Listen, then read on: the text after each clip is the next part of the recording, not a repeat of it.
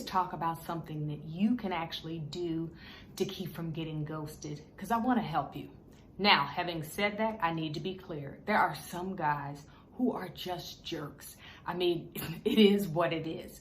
And it has nothing to do with you, and all you can do is say, thank you, Jesus, from saving me from that joker, because he was a heartbreak waiting to happen.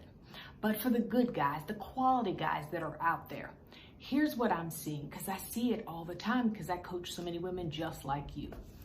I'm seeing that you're not quite sure how to navigate what I call balanced vulnerability. So what does that mean, Stacey? What does that look like? I see the extremes. On one extreme, you may be that woman who word vomits. Within 20 minutes of a conversation, he knows all about your ex, he knows all about your heartbreak, he knows all about what you will not tolerate, and he knows about your healing journey. He knows everything 20 minutes in. The flip side, because it's always in the extremes, what I see, which is where I was on the far end of the other extreme, which is because of rejection issues, because of maybe heartbreak or baggage or insecurities or whatever you have, you've got complete walls around you. And anything he says, you're thinking, okay, well, the ex asked me that, I'm not answering that, and you get all suspicious and guarded. Neither of those approaches work. You have to have balance when it comes to vulnerability and sharing and opening up. What does that look like for you? Well, here's what you need to ask yourself. Am I doing too much? Think about this. If the guy recorded your conversation, like the guy you talked to today, if he recorded your conversation and broadcast it on CNN, would you be publicly humiliated by what was said? If the answer is yes, you're probably sharing too much. The flip side is, if you can spend an hour and he really doesn't even know anything about you, then you're probably on the other extreme where you're too guarded. I also need you to think about this when you think about vulnerability. It cannot be microwaved. It just can't. It grows over time. As more trust builds, you share more. Instead of thinking about microwaving it, thinking about it like a crock pot, like a slow cooker, where you gradually do it. And what that allows you to do is show up as you're getting to know someone with a more casual, exploratory approach, more relaxed. I talked about that last week, where I know, I get it, I was there, where you crave that relationship, you're tired of dating, you want a partner, and so you're not able to be casual and exploratory and relaxed. I want you to be able to do that. That's where you can start to find that balance and keep the mindset that no matter what, it cannot be microwaved. It happens over time. Now, if you're thinking, Stacey, I don't know what's going on, because I don't know how I'm even showing up, how I'm being perceived. I think I'm being vulnerable when I'm not. I don't know. I have something for you. I do an assessment. And when I tell you this assessment is life-changing, I mean, I've had women who are like, oh my goodness, I had no idea.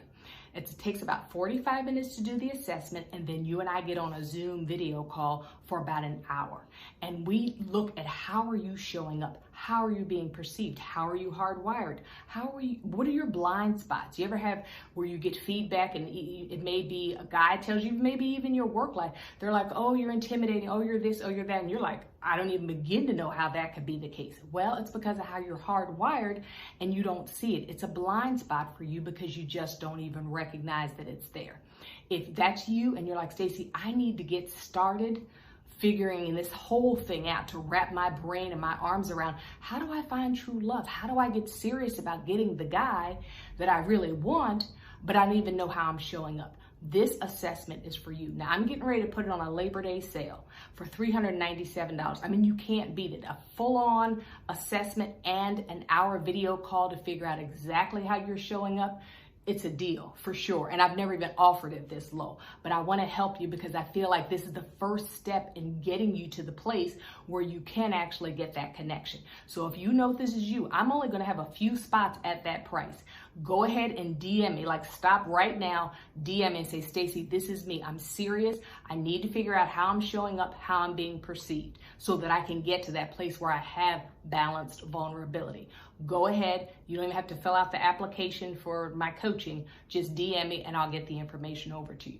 But for now, I want you to remember, balance vulnerability where you're not word vomiting, but you're not guarded, and you don't try to microwave it. You're willing to let it be a slow cook experience. And leave me a comment and let me know, are you on the one extreme where you're word vomiting, or are you like me where you're on the guarded end of things and nobody gets in, which tells a guy, you know what? I'm emotionally unavailable. I've got issues. I've got baggage, but you'll never know. You'll never get to know me because I'm not looking for a connection. That's this extreme where you're guarded. The other extreme where you word vomit tells a guy, I've got issues. I've got baggage. And oh, by the way, I'm bringing it all and you're going to help me unpack it. It doesn't work either way. I want you to be balanced. So leave me a comment. Let's keep the conversation going. And by the way, that assessment, they're going to go quickly at that price of $397. So if you're serious, go ahead and take advantage of it, okay?